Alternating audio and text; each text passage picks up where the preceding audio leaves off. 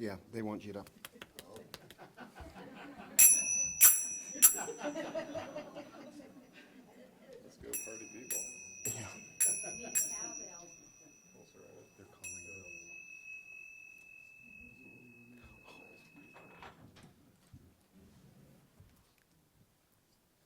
I guess we have everyone that's coming in. Good morning, I'm Jim Gillum, your facilitator for today's service. Please turn off your cell phones or put them on vibrate.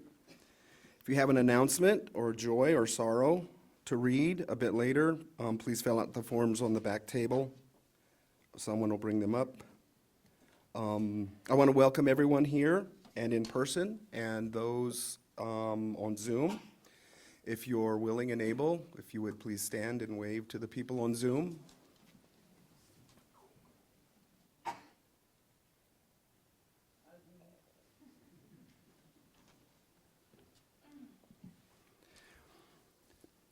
If you're new here, you can ask one of us how to access our website or find out how to get involved in our activities. If you would like to receive our newsletter, please ask Deborah Smith or Becky Tanner or any one of us to put your name on the email list. We have a few announcements. Freethinkers will meet today at 1 o'clock. Tina's office hours will be the usual time, although it's so rarely usual that it's kind of unusual. That's Tuesday, May 21st from 12:30 to 3:30. There is a lost and found area. I needed that yesterday at the remembrance for Alice Eastus. I left my phone. It fell out of my pocket, and it was lost for a while. So it's on the table in the community room. Items not claimed in the next few weeks are going to be relabeled and moved to a different pile called Free to Anyone. Birthday cards for June are available for signing on the table in the community room. From Molly Anderson, next Sunday, May 26th, there will be a concert in Patagonia at 3 o'clock. It is from the Sky Islands Trio performing Beethoven, Mozart, and Dvorak. From Reverend Tina, next Sunday, we will commemorate Memorial Day and hold a flower communion. Blooms are appropriate for both. Last year, she found dozens of roses from Safeway, were the least expensive way to supply the flowers for the communion. If any of us have some flowers in our garden that we'd like to bring, it would add much needed diversity to the bouquet. Even home-raised roses look way different than store-bought roses. There will be plenty of flowers to go around. If you, like Tina, do not have any growing at your home. And we have one more announcement.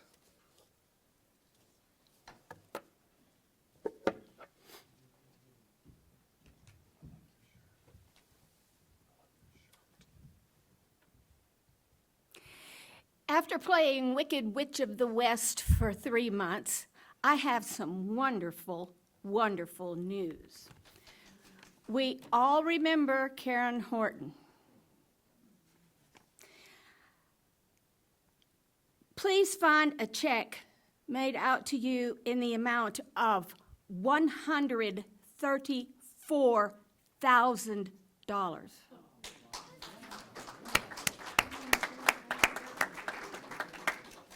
This is from her estate, and it couldn't have come at a better time. We are going to be meeting with both the old and the new board members and communicating. If any of you have good financial sense, Mr. Wally maybe, about what we can do to invest this money and grow it. The word endowment, I think, has other strings attached to it. But anyway, we want to have something that we can safely do it, save it use it, whatever.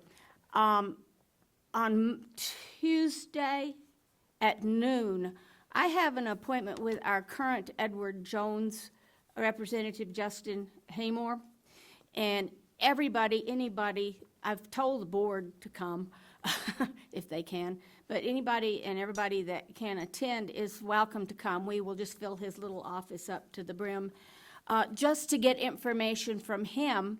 Of course, he wants our money, but just to get information from him.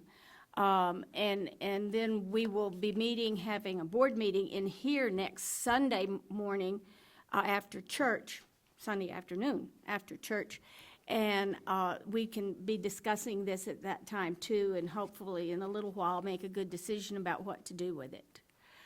I personally feel that since we have this big chunk of change, we can now not have to be so tight-gripped with those CDs that we have, and we can use some of the money out of one of those CDs coming due this year to restore the musician's position to the regular amount and to hire Ginger's, what do you call it, an administrative assistant. So that's going to really help us, and I am just so happy to give you this announcement.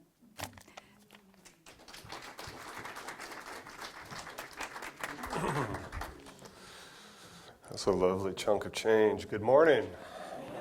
Can you all hear me okay? Oh, yeah. So I was informed there is a story for all time, and all means all y'all. All y'all? That's the plural of y'all. I'm from Virginia, and I was an English major, so you can take that to the bank. All y'all are here. I do not see, I don't believe, someone who's under the age of 10. But I'm going to read this story because this is story time for all. And Mr. Rogers style, if anyone wants to come sit in the circle, we can do that. But this book, Moms, Dads, and Lily Pads, I selected for a few different reasons. We're between Mother's Day and Father's Day. We have Pride Month coming up, and I know in the Baja 4, the theme of community is one y'all are working and walking through. And I've been thinking a lot about family and community formations personally, not just professionally, for this Sunday, because my own family formation has taken on some unique flavors, which is what this book is about. There are so many different ways community can and does form, and I know UU churches know that most of all, because we are a place for people who are seeking belonging in a world that often doesn't afford it, based on how we identify, how we are embodied, our age, our ability, our skin color, and more. In my own family, I have a teenage daughter. You'll get a glimpse of her during the sermon at around age 2. And very unexpectedly, though we said yes to this unexpected news, I have a newborn on the way in about a month and a half. And that's wild. And so this is with my current partner, and we're so excited. But yeah, just a lot of thoughts on what does it mean to build community in a hurting and bleak world often. Fun fact, this book was written by my partner, Carla Muller, PhD. She's a biologist. So I don't know if you want to contribute to the diaper fund. You can find this on Etsy, but for now, here's a preview for all the rare and wonderful beasts out there, moms, dads, and lily pads. When you're tucked into bed and warm at night, who helps make sure that you sleep tight? A mom and a dad may work together to make you feel as loved as ever. One or two moms may get you through the days, helping you grow in all kinds of ways. Maybe you have one dad or two or other family that helps raise you. Perhaps there are two homes you live in with two sets of parents who make you grin, or maybe you don't know your folks, but foster parents tell you silly jokes. Whatever the case, you're not alone. In the animal world, it is well known that many kinds of families exist. Let's take a look at just part of this list, shall we? My first folks were gone when I was found, but my new parents make sure to be around, says the small snow goose with a squeaky sound. And if y'all have grandkids, you know. My whole family cares for me, mom and dad, grandma and auntie, says the killer whale diving in the sea. Our many moms make us clean our messes, say the young of the fierce, strong lionesses, as they play and groom with sweet caresses. My mother and father were not around to watch me crawl out of the ground, says the Gila monster with a hissing sound. That's actually what Carla did her PhD on, Gila monsters. Well, we only have one dad, of course, say the tiny young of this male seahorse as they tumble out of his pouch in force. My time is spent moving from tree to tree as my parents trade off caring for me, says the marmoset of her family. Where we live, many different dads care for chicks on nearby lily pads, say the young of these Yacana lads. It's just my mom that cares for me, says the single calf of the manatee as he swims close to a mangrove tree. Who cares for me? Well, I have a whole group, says the ruffed lemur that jumps in a loop around caring adults in her primate troop. A mom and a dad take care of me and all the nymphs in my colony, say the wood roach from a fallen tree. Lots of us get lost, but we are lucky. Foster moms will take in a lost puppy, say the sea lion and his playful buddy. But we aren't quite done. Some families have none. No kids of their own, no daughter, no son. Whether alone, paired, or part of a crew, some animals don't have kids to tend to. In trees, in the sea, or under the ground, so many kinds of family are found, whether human, penguin, lizard, or fish. One normal family doesn't exist. Though family types may be common or rare, they are all connected by the love that they share. When you meet other families, just keep this in mind. Every family is special, so be fair and be kind. The end. And on that note, I want to welcome you to Sky Island Unitarian Universalist Church here in Sierra Vista, Arizona. Sorry, I drove about an hour and a half, had to remember which state I was in.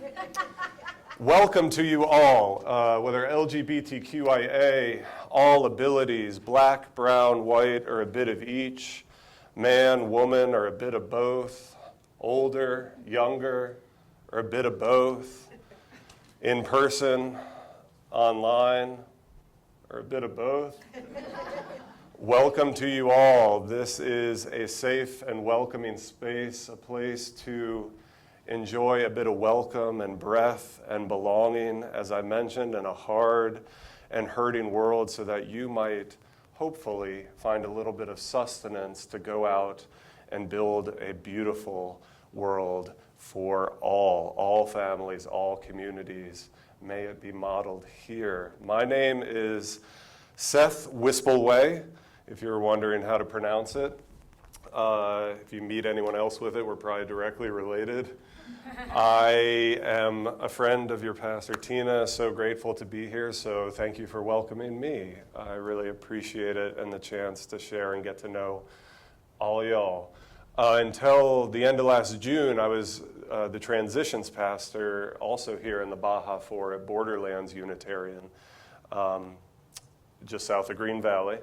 And now I serve as the Minister for Economic Justice out of the national offices of the United Church of Christ, working with all sorts of communities of faith and conscience on, you guessed it, economic justice issues.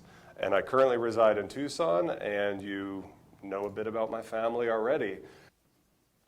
Collective Liberation were written by Deanna Van Diver, who has served as a minister in UU churches and is now the director of justice education at the Unitarian Universalist Service Committee.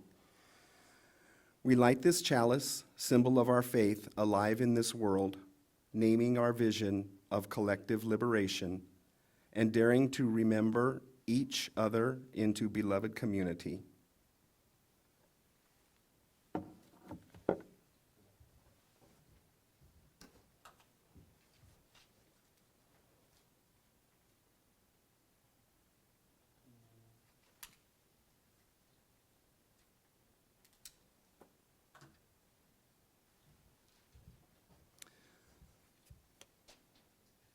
We are a caring congregation and share what gives us joy and what weighs heavily on our hearts. I will read the joys and sorrows I have here, and if there are any more in back. No? Okay. People on Zoom, you may put your joys and sorrows in the chat or turn off mute and speak them out loud.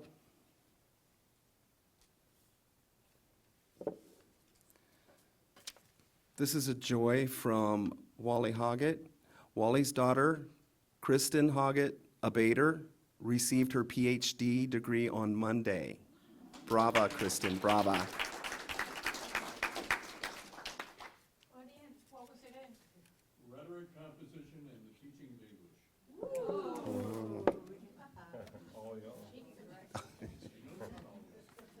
She does know all of y'all, right? She's familiar with that phrase? Okay.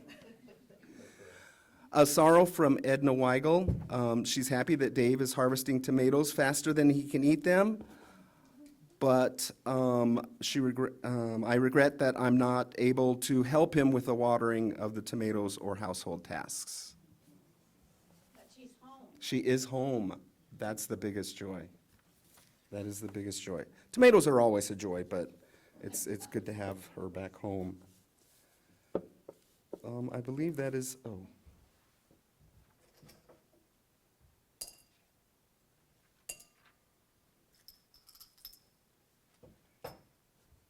and some stones for joys and sorrows that are felt but not spoken.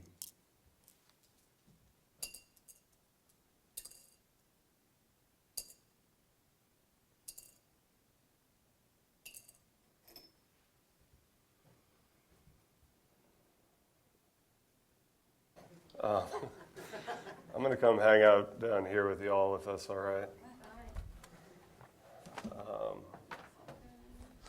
Our meditation this morning comes from Sophia Lyon-Foz. Oh, wow, you looked up a photo. Beautiful.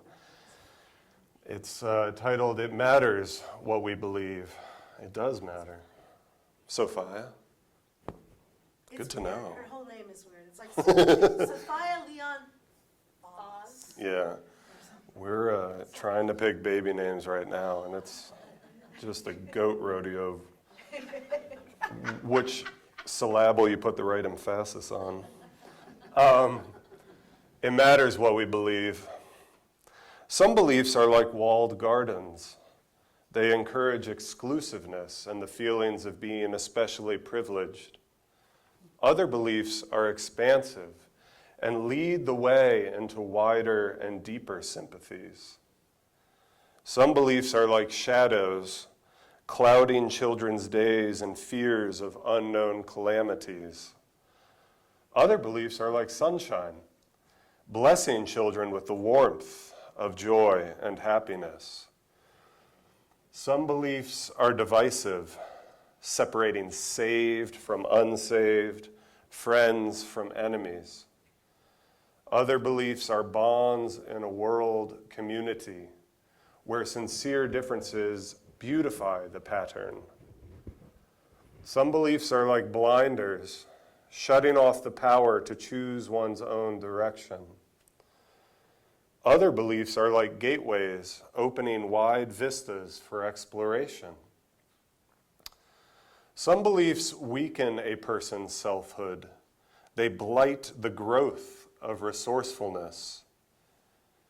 Other beliefs nurture self-confidence and enrich the feeling of personal worth.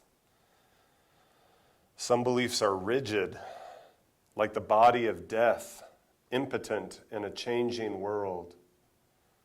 Other beliefs are pliable, like the young sunflower, ever growing with the upward thrust of life. It matters what we believe. I invite you to just take a moment to inhale through your nose, exhale through your mouth, maybe on a 4 count. Get square and comfortable in your seat, in part because you're going to have to listen to this voice for the next 15 minutes. Notice how pliable or rigid you feel this morning. What might it be like to give yourself permission to believe in expansiveness for yourself in this world? Where do you feel blinders on of fear? Maybe they're understandable protective blinders. Blinders that can keep us from seeing the full fruit and possibility for ourselves and community and for this world. Sometimes these things are protective, and then sometimes we find ourselves in safe space so that our petals can unfurl. We don't have to fight or flee.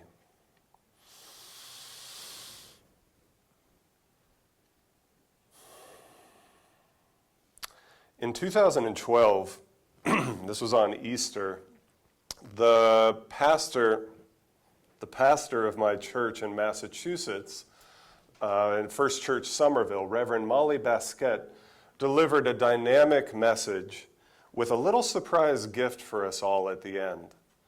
Like many Easter sermons, hers centered on the hard-to-believe possibilities of new life after dark and lonely and fear-filled hours, which in the greater Boston area we call winter.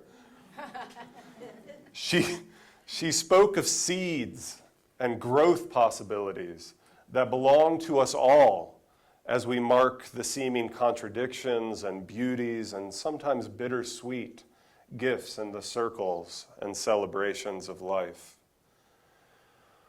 And that gift, to drive her point home, was a single sunflower seed to each of us there, each individually attached and hidden under our pew seats.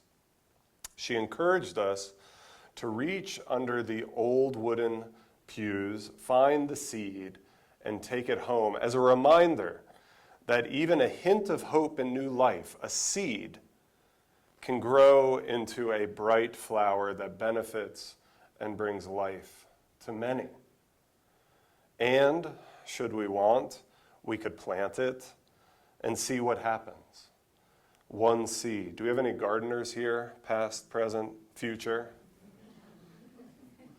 The way I ask that, all hands should be raised, because gardening is life. So one seed. I planted mine in a small pot in the kitchen window. It didn't get much sun. This was April in New England. So while it sprouted, it didn't take long to look rather pathetic and droopy. Luckily, I was also starting to find a new outlet in gardening. I hadn't done it up until then at all. My apartment building had an abandoned, overgrown lot behind it, covered in thorns, invasive weeds, and trees. Underneath the overgrowth was trash and discarded items, including a big pile of old floorboards under a rotting tarp. Now, this time in my life, the end of 2011 and into 2012 thus far, had been a really hard time on several levels for my family. My gardening outlet was less a plan than it was a need to get out and expend some angst and energy, and a wonderful way to include my then 2-year-old in the adventure. Just tearing and pulling stuff up. As we moved rocks, cleared the earth, and found the floorboards, a dream did start to take shape. A terraced garden with a fence for vining plants, a compost bin, and an invitation to everyone in the complex to join in. Indeed, our 82-year-old downstairs neighbor, who couldn't make it out to the kind of sloping backyard path, made the compost bin possible, and he'd put his stuff out and we'd take it in. As dream became reality through each spring weekend, as I immersed myself in learning what might grow well and where, I was working, someone mentioned tomatoes, I was working on a campaign for farm workers at the time, and I was like, maybe I should grow some to practice what I preach. So as I learned, we found space to try and salvage our droopy sunflower sprout, and I transplanted it to the center of the back of the garden because it wasn't doing good in the window. Watered it in, gave it some compost. And then a squirrel chewed our little sunflower sprout down to a pathetic, doomed nub, leaving it leafless and seemingly lifeless. Like, I didn't know what I was doing. Well, plenty of other pre-plotted flowers and tomatoes from the store were taking off amidst the other vegetables and so on. And so I was like, wow, just figuring it out as I go. And as spring began to turn into summer, the time we're in right now, work and life and travel picked up, and several weeks passed where the garden mostly tended itself and fruited and flowered. But wait, lo and behold, the sunflower sprout found a way to spurt new growth and grew a couple feet tall, transcending its wounds. And then the squirrel came back and chewed all the leaves off again, along with the top portion of the stalk. But wait, you guessed it, life found a way, and a new growth spurt burst through the traumatized, gnarled stalk. I mean, it looked funky. That was left and kept pushing upwards. It's basically just a walking stick coming up out of the ground. And again, you guessed it, the squirrel came back to feast on the now 4-foot plant, leaving it a naked, green, tattered, spindly walking stick along the fence line. Somehow this thing still has life. God. On and on this went. As spring gave way to summer, as I mentioned, and the entire project became overflowing with effulgent life, blessing us all with something to tend and marvel at, plenty to eat, and much to enjoy as life marched on. I mentioned this was a very difficult personal season, and those of you who have or love to get your hands in the soil just know how much of a body breath that can provide. And if you don't have it in gardening, you might have that thing where like, oh, maybe it's even just petting a dog where that deep shuddering body breath takes you over that you didn't know you needed to take. Like, oh, come here, buddy. Oh, where you're just like, you let go that stress. So that's what was really happening. And it was beautiful and wild, and I had no expectations for this. The fact that a tomato grew that was edible just blew my mind at the time. And somehow that sunflower stalk did keep growing, finally growing leaves that were out of reach from any creature that might try to climb it. But the top looked suspect. And because of all the squirrely attempts to obliterate it, there were notches in that stalk every few feet, as if multiple new sunflowers were growing out of the base of each preceding one. Now summer grew late, and it seemed that in spite of this fascinating process of life fighting to overcome deadly opposition, there wouldn't be time for one of the latest new sunflower now towering over the garden to do its thing before New England's first chill might swoop in. But believe me when I tell you that 5 months after that original transplant and 14 feet later, boom, the biggest bloom opened up, and the stalk was able to hold it.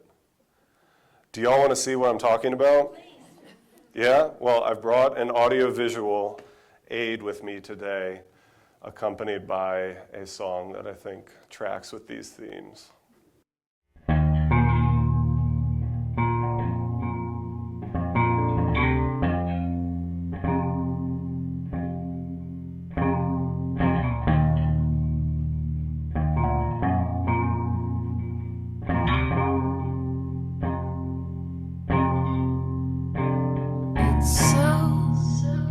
So hard to be gone. Not sure where I belong on the days between my home and our love.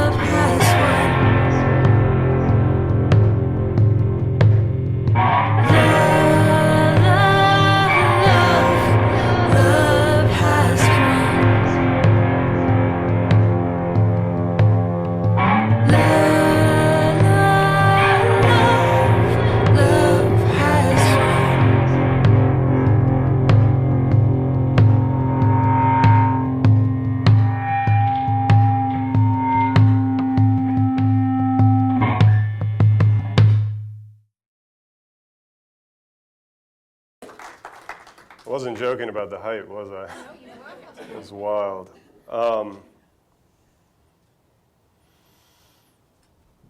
Beloved people, there's a lot of ways I think this story can unfold, and the ways it's unfolded for me personally and professionally have been really powerful. But thinking about the themes of community, I just wanted to offer a few additional reflections based on everything I've said and everything we've sung so far this morning together, which is that this space of gathering to name and proclaim that you have a seed of life in a world built around systems of death means a few things. It means that simply gathering and proclaiming these things is deeply radical. And the root, as you may have heard, of the word radical is root. It's to get in the earth and say things that bring life. So in a racist, extractive, misogynistic, all the isms, ageist world that says that your use and your utility as a beloved human being is somehow used up when you reach a certain age or when you run out of a certain ability, to say that you are welcome in that world means something. It matters what we believe. It's radical. It gets at the root of who we are as people who belong in community, who are meant to belong, to be valued and worthy of dignity and life and all thriving. To proclaim these things, as so many UU churches do, matters. It's taking a side. And it's hard these days, getting inundated with the news that all of us do and have and are. We've all got supercomputers in our pockets, and neuroscientists will tell us that we are literally, physically, biologically incapable of absorbing all the awful. We're not meant to. And that's not to say we're not meant to respond, to cultivate new rows that plant flowers of life and belonging. It means we need to be careful and judicious in kind of the story we're telling. Let us not be, the world outside there and the way these supercomputers and all the things we're inundated with are designed to do are to numb and overwhelm us. True. But if we come, I know that's right. I love having a good amen choir. But I think the main thing I wanted to say about this is when you are centered in a life-giving story, rooted in the seed of the truth that you all have, that begins with belonging, extravagant welcome, and focus on that, then the answers, the petals, start to unfurl that tell you how and where to do your hedgerows. I mean, I could use any gardening analogy. And there will be wrestling, there'll be cultivation. Sometimes you might prune too hard. Sometimes you might do this or the other. You got a huge bequest come in. Money is always a touchy subject in churches, but when you come back to the root of how are we solving for belonging in a world that says you don't, people are hungry for this message. Then it becomes a little clearer. The stalk might get notched in a couple places, but that's what happens in community. I think too often we can lose sight of that what we're trying to solve for is like a really smooth stalk. It's going to be notched because this is hard and beautiful work. But as long as you're watering and composting, sometimes we get to the point where we think maybe the point of like community, like a church where everyone's welcome, is everyone's got to go along to get along. Civility is the end in and of itself. It's all right to argue and figure things out together and put notches in the stalk. It's a sign of the growth that you are making as long as you remember the true story, the seed, right? We are invited to run to each other, our friends along the way, also when we are feeling wilted. I want to say this as well. This is a place of belonging for when you feel droopy and wilted and unwatered and composted. And when I say this place and where you take the spirit of this place. Maybe there are friends here who have a sturdy stem that we need. We are invited to remember and carry the seed of new life is what I want to say. to hold on to a steady stalk when we need to, so that we have strength to keep reaching towards the sun, the light. That's why we light the chalice, as that reminder. And I know it sounds trite, but it's true. Just as a bush or tree thrives with sometimes aggressive pruning, cutbacks, like could this sunflower have grown as strong as it did with a massive flower head without those seemingly devastating setbacks from the squirrel? And don't get me wrong, I am not suggesting that bad or hurtful or otherwise devastating things have to happen to reach full flourishing or strength. But I am saying that because these things do invariably happen in life and in the world, the spirit and purpose of our growth can be stunted and cauterized, seemingly. Or collectively, it can be strong enough when those setbacks come to grow, not just in spite of them, but using them to prove that thriving life and a thriving world is always stronger. Does this make sense? Yes. Right. This power is among us. And it will grow as long as we keep faith, nurturing these things among us, until that story towers above all else, turning us and those who see it towards the sun, the light. And why does, real quick science lesson, why does a sunflower track with the sun all day? In an article, this is wild, in an article in Science published in 2016 and reported by NPR, researchers found that a young sunflower's plant's sun tracking, which is called heliotropism, can be explained by circadian rhythms, the behavioral changes tied to an internal clock that humans also have. They got the same thing going on that we do, which follow a roughly 24-hour cycle. A young flower faces east at dawn and greets the sun, then slowly turns west as the sun moves across the sky. During the night, it slowly turns back east to begin the cycle again. Quote, "It's the first example of a plant's clock modulating growth in a natural environment and having real repercussions for the plant. Indeed," and this is the crux of the whole thing, "it stretches accordingly, like we do, with muscles in our neck when we crane our heads from side to side." The first example of this. I was stretched, as I alluded to in 2012, from despair to hope, and then let down, and then to marvelous awe. And I've been gardening passionately ever since, like many of you. And as you saw in the first or second to last picture, when the first frost came, we took down the stalk, and my daughter and I, Sasha, learned how to dry the head and cultivate the seeds. And the following Easter, right as some of that very difficult stuff from 2012 was finally resolved, we brought hundreds and hundreds of those preserved seeds to the same church and shared as many as a handful each with anyone who wanted them. And ever since, I've been growing sunflowers from ongoing cultivations that go back to that original, seemingly forlorn and cursed stalk that arose to new life and invited a whole new perspective on what's possible. Some of these are roasted,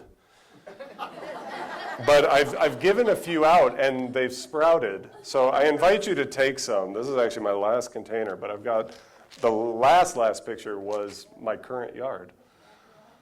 So let us not be afraid and overwhelmed. We have community. We are telling a bold and life-giving story. You too carry the seed of this new life. So plant it in your hearts, plant it in your garden, plant it in this church, plant it with your loved ones, plant it in our world. Folks are hungry to have something to look up to. And if you'd like, I just said that, I still have hundreds and hundreds of those seeds, and I can't wait to share them with all y'all. So let us turn towards the sun, beloved people, each and every day. It's a little easier in Arizona. The heliotropism is within you. Whatever your age, whatever aches and pains you carry, it's there to stretch you, and with the support around you, grow you taller in life than you ever thought possible. So I'll leave you with a modified blessing I like before we sing again. Beloved, may you all be blessed with discomfort at easy answers and half-truths and superficial relationships, so that you may live deep within the soil of your hearts. May you be blessed with anger at injustice and exploitation of people and oppression, so that you might be fortified with energy to fight for justice and freedom and peace. Y'all, may you be blessed with tears to shed for those who suffer from and experience racism, misogyny, ageism, ableism, transphobia, queerphobia, genocide, ethnic cleansing, so that you might be fortified with your tears to water the soil, embody solidarity until that pain is turned into joy. And y'all, all y'all, may we be blessed with enough foolishness to believe that we can make a difference in this world, so that we can do what others claim cannot be done, like grow into a 14-foot tall, much chewed sunflower. Amen? Go in peace after we extinguish the chalice and listen to the postlude. Our closing words were written by Reverend Burton D. Carley, who served as the minister of the UU Church of the River for 32 years and became its minister emeritus when he retired in 2015. Cheered by our community, blessed by our covenant, uplifted in mind, and renewed in spirit, go forth with courage and in peace to meet the days to come. Amen.